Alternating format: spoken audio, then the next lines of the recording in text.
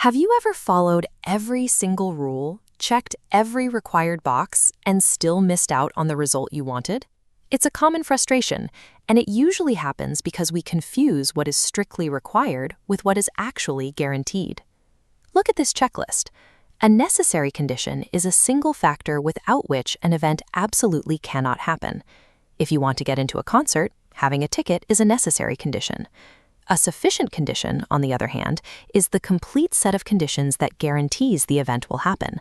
Having your ticket, bringing your ID, and the show actually taking place. When all of those conditions are met together, your entry is guaranteed.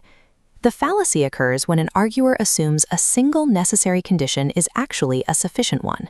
In formal logic, this violates the sufficiency criterion of a good argument by demanding a result based on an incomplete checklist. This distinction provides a framework for evaluating whether an argument has actually provided the evidence required to support its conclusion. We can see this play out in a simple mechanical system. Suppose a person puts fresh batteries into a flashlight, clicks the button, and it doesn't turn on. They conclude the new batteries must be defective. Fresh batteries are indeed a required component for the flashlight to work. Without them, you get no light. But they aren't the only requirement. The system also needs a functioning light bulb and intact internal wiring. The batteries alone simply aren't enough to produce the result. When the person immediately blamed the batteries, they relied on an implicit premise that fresh batteries alone are sufficient to make a flashlight work. Physical systems demonstrate this fallacy clearly because missing parts literally stop the process, proving that single components are rarely sufficient on their own. This flaw is also common in competitive environments. Consider a coach who announces that anyone wanting to make the track team must run a mile in under 6 minutes.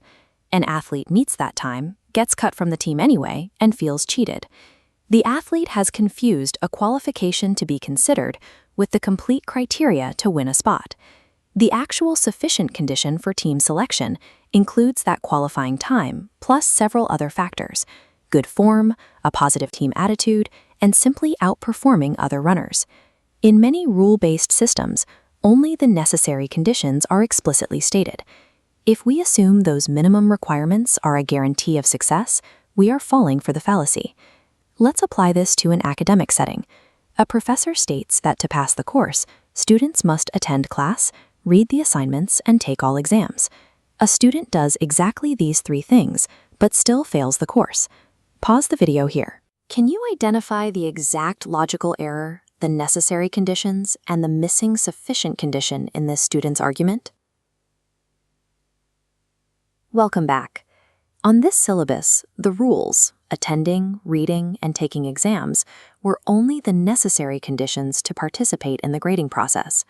The sufficient condition requires actual performance, achieving passing grades on those exams. Within this grading structure, participation is the required gateway, but it is the quality of the work that completes the sufficient condition for a passing grade. When you encounter this fallacy in a discussion, you can use the absurd counterexample method to highlight the error without attacking the person. Imagine someone claiming they're guaranteed to become a world-class pianist simply by practicing 2 hours a day. Deconstruct this by offering a realistic formula. Practice is necessary, but world-class success also requires immense talent and a manager. The contrast reveals the lack of sufficient evidence. At its core, a necessary condition is essential but incomplete. A sufficient condition is the entire set of requirements. The fallacy lies in treating one component as the whole. Mastering this distinction allows you to more effectively evaluate the logic of others and avoids the pitfall of assuming that meeting a requirement is the same thing as a guarantee.